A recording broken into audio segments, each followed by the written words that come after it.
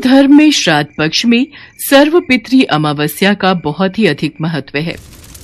पितृ अमावस्या पितरों को विदा करने की अंतिम तिथि मानी जाती है। इस दौरान अगर कोई श्राद्ध तिथि में किसी कारण से श्राद्ध न कर पाया हो या फिर श्राद्ध की तिथि मालूम न हो तो पितृ अमावस्या के दिन यानी श्राद्ध पक्ष के 15वें दिन श्राद्ध कर सकता है। हिंदू पुराणों में उल्लेख है कि जो व्यक्ति अपने पितरों का श्रद्धा भाव से श्राद्ध या तर्पण करता है उसे पितृ अपनी संतानों के प्रति कल्याण की कामना एवं आशीर्वाद प्रदान करते हैं। पितृ अमावस्या से जुड़ी एक पौराणिक कथा के अनुसार कहा जाता है, देवताओं के पितृगण अग्निश्वात जो सोमपत लोक में निवास करते हैं, उनकी मानसी कन्या अच्छोदा नाम की एक नदी के रूप में अवस्थित हुई। वहीं मत्स्य पुराण में अच्छोद सरोवर और अच्छोदा नदी का जिक्र मिलता है जो कि कश्मीर में स्थित है।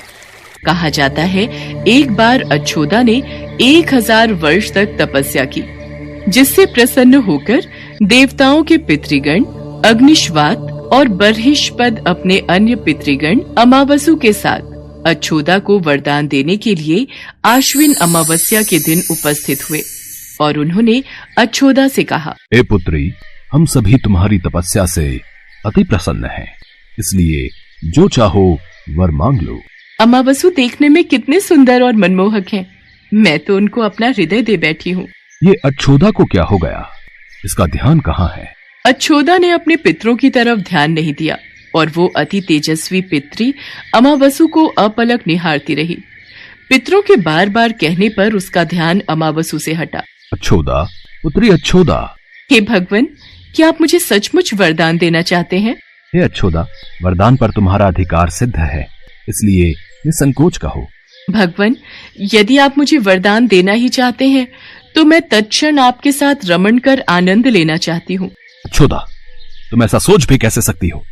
मैं तुम्हें श्राप देता हूँ, तुम इसी समय पितृलोक से पतित होकर पृथ्वी लोक पर जाओ। पितरों के इस तरह श्राप दिए जाने पर अच्छोदा पितरों के पैरों में गिरकर रोने लगी। मुझे क्षमा कीजिए भगवान, मुझसे भूल हो गई, मुझे इतना बड़ा दंड मत दीजिए। तुम अपना श्राप तो वापस नहीं ले सकते, पर हाँ, तुम पतित योनि में श्राप मिलने के कारण मत्स्य कन्या के रूप में जन्म लोगी और भगवान ब्रह्मा के वंशज महर्षि पराशर तुम्हें पति के रूप में प्राप्त होंगे। तुम्हारे गर्भ से भगवान व्यास जन्म लेंगे। उसके उपरांत भी अन्य दिव्य वंशों में जन्म लेते हुए तुम शाप मुक्त होकर पुनः पितृलोक में वापस आ जाओगी। पितरों के इस तरह कहे जाने पर अच्छोदा शांत हुई। अमावसु के ब्रह्मचर्य और धैर्य की सभी पितरों ने सराहना की। अमावसु, हम तुम्हारे ब्रह्मचर्य और धैर्य को देखकर तुम्हें वरदान देना चाहते हैं कि यह अमावस्या की तिथि अमावसु के नाम से जानी जाएगी। जो प्राणी किसी भी दिन श्राद्ध न कर पाए वो केवल अमावस्या के दिन श्राद्ध तर्पण करके सभी बीते 14 दिनों का पुण्य प्राप्त करते हुए अपने पितरों को तृप्त कर सकते हैं। और कहा जाता है तभी से प्रत्येक माह की अमावस्या तिथि को सर्वाधिक महत्व दिया जाता है और ये तिथि प्रत्येक वर्ष सर्व पितृ श्राद्ध के रूप में भी मनाई जाती है। उसी पाप के प्रायश्चित हेतु कालांतर में अच्छोदा महर्षि पराशर की पत्नी एवं वेद व्यास की माता सत्यवती बनी थी। तत्पश्चात समुद्र के अंशभूत शांतनु की पत्नी हुई और 2 पुत्र चित्रांगद तथा विचित्र वीर्य को जन्म दिया था। इन्हीं के नाम से कलयुग में अष्टका श्राद्ध मनाया जाता है। पितृ विसर्जन अमावस्या के दिन धरती पर आए पितरों को याद करके उनकी विदाई की जाती है। पूरे पितृ पक्ष में पितरों को याद न किया गया हो तो अमावस्या को उन्हें याद करके दान करने और गरीबों को भोजन कराने से पितरों को शांति मिलती है। इस दिन सभी पितृ अपने परिजनों के घर के द्वार पर बैठे रहते हैं। जो व्यक्ति इन्हें अन्न जल प्रदान करता है उससे प्रसन्न होकर पितर खुशी खुशी आशीर्वाद देकर अपने लोक लौट जाते हैं।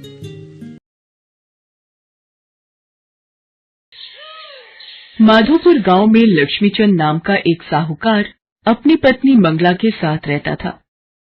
लक्ष्मीचंद बहुत दुखी रहता था क्योंकि विवाह के कई वर्षों बाद भी वो निसंतान थे।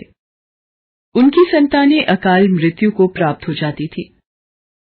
एक दिन लक्ष्मीचंद मंगला से बोला, मंगला, शायद भगवान हमसे रूठ गए हैं।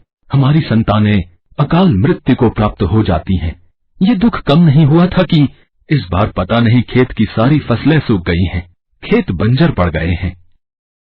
मुझे भी ऐसा ही लग रहा है जी। पता नहीं क्यों गाय भैंसों ने भी दूध देना बंद कर दिया है। ऐसा लगता है हमारे ऊपर कोई दोष लग गया है। लक्ष्मीचंद और मंगला दिन पर दिन इसी बात को लेकर चिंतित रहते थे। लक्ष्मीचंद के खेत में एक पीपल का पेड़ था जो दिन पर दिन सूखता जा रहा था। एक दिन लक्ष्मीचंद और मंगला उसी पीपल के पेड़ के नीचे बैठे बात कर रहे थे। मंगला, अब तो मुझे पूरा विश्वास हो गया है कि हमारे परिवार पर दिन पर दिन दुख आते ही जा रहे हैं। कोई निवारण भी समझ नहीं आ रहा है। आप सही कह रहे हो।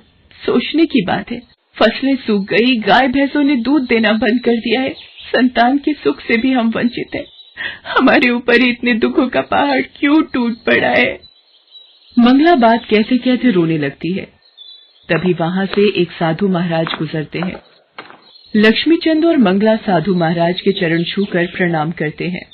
सदा खुश रहो। क्या बात है बेटी, तुम रो क्यों रही हो?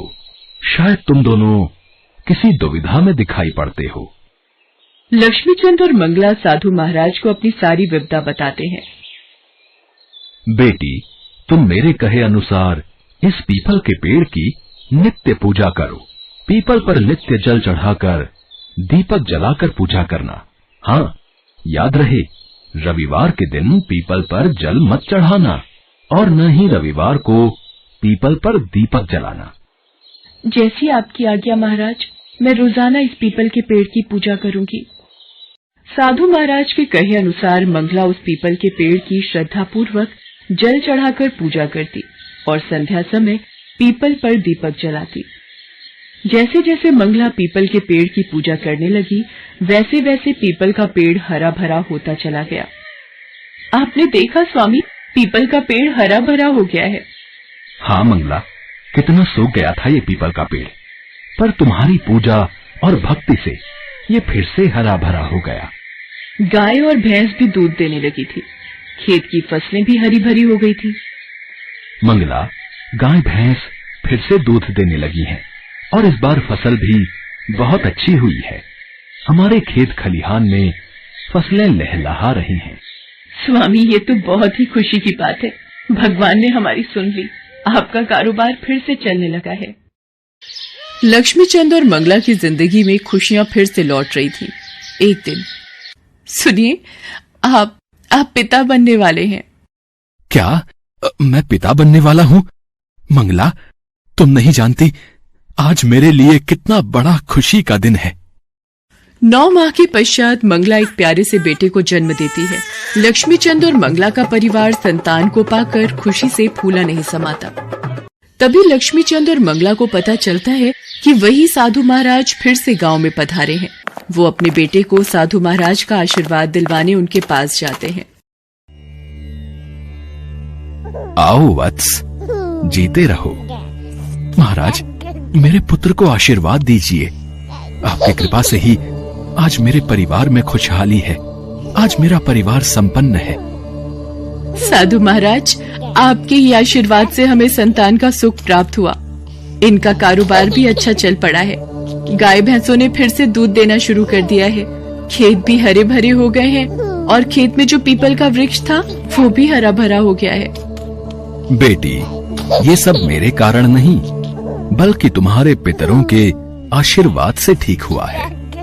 लक्ष्मीचंद, तुम्हारे पूर्वज किसी कारणवश तुमसे नाराज हो गए थे। पितृदोष के कारण ही तुम्हारे परिवार पर यह संकट था। मंगला द्वारा पीपल की पूजा से तुम्हारा पितृदोष हट गया।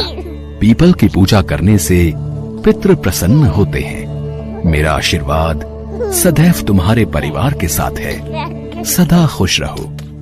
साधु महाराज का आशीर्वाद लेकर लक्ष्मीचंद और मंगला अपने पुत्र को लेकर घर आ जाते हैं। मंगला पहले की भांति ही पीपल की पूजा करती थी। उस दिन के बाद से लक्ष्मीचंद के परिवार पर कोई भी बाधा नहीं आई। वो अपने परिवार के साथ खुशहाली से जीवन व्यतीत करने लगा। पितृपक्ष के दौरान पीपल के पेड़ की जड़ में जल चढ़ाना चाहिए और घी के दीपक जलाएं। मान्यता है ऐसा करने से पितर खुश हो जाते हैं। पितृपक्ष में पितरों का तर्पण करने के साथ ही पीपल के वृक्ष की जड़ को जल अवश्य अर्पित करना चाहिए। साथ ही शाम के वक्त दीपक जलाना चाहिए, क्योंकि मान्यता है कि पीपल के पेड़ पर पूर्वजों का वास होता है और पीपल के वृक्ष की पूजा करने से पितृ प्रसन्न होते हैं और मनुष्य की सभी बाधाएं दूर हो जाती हैं और मनोकामनाओं की पूर्ति होती है।